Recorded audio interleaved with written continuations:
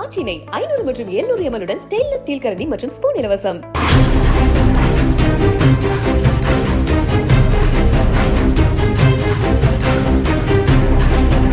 ராசிபுரம் பகுதியில பட்டு வளர்ச்சித்துறை உதவி இயக்குனர் ஒருத்தர் விவசாயிக்கு வழங்கப்பட்ட அரசு மானியத்திலிருந்து 20,000 ரூபாய் லஞ்சம் கேட்டதா சொல்லப்படக்கூடிய நிலையில லஞ்ச பணத்தை வாங்கும் போது அந்த அதிகாரிய லஞ்ச ஒழிப்புத்துறை அதிகாரிகள் கையும் களவுமா பிடிச்சு கைது செஞ்சிருக்காங்க. என்ன நடந்தது விரிவா இந்த வீடியோல பார்க்கலாம்.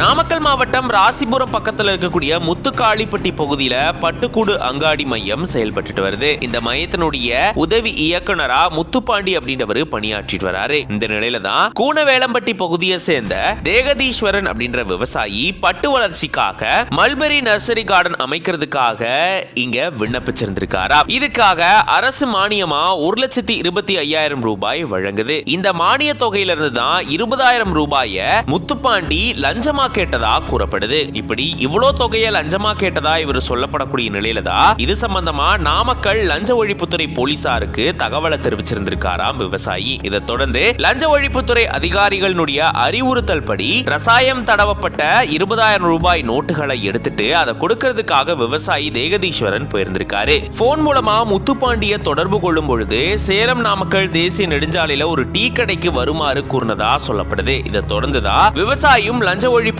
அதிகாரிகளும் அந்த இடத்துக்கு போயிருந்திருக்காங்களாம். அப்போ விவசாயி தேகதீஸ்வரன் உதவி இயக்குனர் முத்துப்பாண்டி கிட்ட பணத்தை கொடுக்கும் பொழுதுதான் லஞ்ச ஒழிப்புத்துறை அதிகாரிகள் சுத்தி வளைச்சு அவரை கையும் களவுமா பிடிச்சிருந்திருக்காங்களாம். அதை தொடர்ந்து அலுவலகத்துல வச்சு 3 மணி நேர விசாரணைக்கு அப்புறமா முத்துப்பாண்டிய போலீசார் கைது செஞ்சிருக்காங்க.